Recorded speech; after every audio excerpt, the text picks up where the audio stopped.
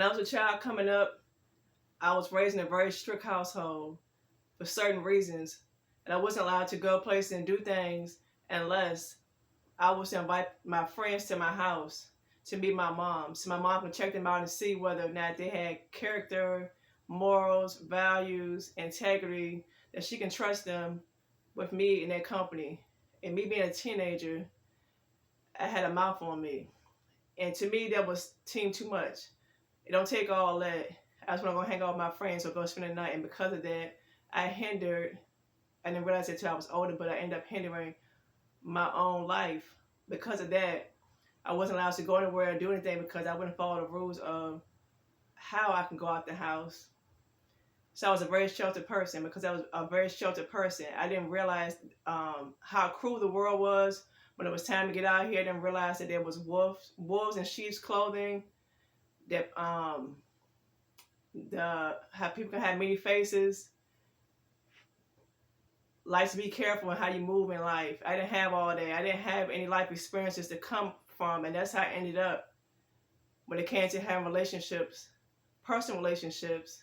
I ended up choosing the wrong person and wound up in a domestic violence situation. So when that came to a point in my life, I view it as being left for dead, because when I was going through what I was going through, even as a parent, first time parent, the last sibling to have a child, there was nobody coming to help me.